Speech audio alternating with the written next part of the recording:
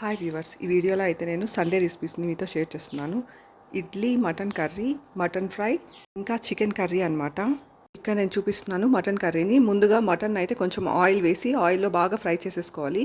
ఇందులో నుంచి water release అయ్యి అది డ్రై అయిపోయిందంటే నీచువాసన రాకోకుండా ఉంటుందన్నమాట. ఆ తర్వాత మిరప్పొడిని, ధనియాల పొడిని, ఇంకా ఉప్పుని, పసుపుని వేసేసి తగినంత నీళ్ళు అయితే వేసేసి మూత పెట్టి 12 విజిల్ అయితే ఉడికించుకోవాలి. అప్పుడే మటన్ సాఫ్ట్గా ఉడుకుతుందనమాట. మీరు తీసుకొచ్చిన మటన్ బట్టి విజిల్స్ పెట్టాలి. లేతదైతే కొంచెం 5 విజిల్స్కే ఉడికిపోతుంది. కొంచెం ముదురుదైతే 11 విజిల్స్ పెట్టి ఉడికించాలన్నమాట.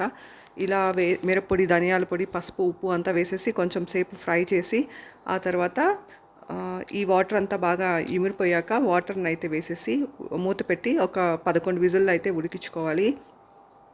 సో తగినంత వాటర్ని అయితే వేసేసి 11 విజిల్స్ పెట్టేసి ఆ తర్వాత మూత తీసి ఒక పెనం పెట్టి పెనం బాగా వేడయ్యాక అందులో కొంచెం ఆయిల్ వేసి ఆయిల్ బాగా వేడయ్యాక అందులో కొంచెం వడియం వేసి వడియం బాగా వేగాక మిక్సీ జార్ తీసుకొని అందులోకి టమోటో ముక్కలు, ఉల్లిపాయ ముక్కలు, అల్లం వెల్లుల్లి ముక్కలు, ఇంకా కొంచెం సోంపు, లవంగాలు, దాల్చిన చెక్క వేసి పేస్ట్ చేసుకొని పెనంలో వేసుకొని బాగా ఫ్రై చేసుకోవాలి.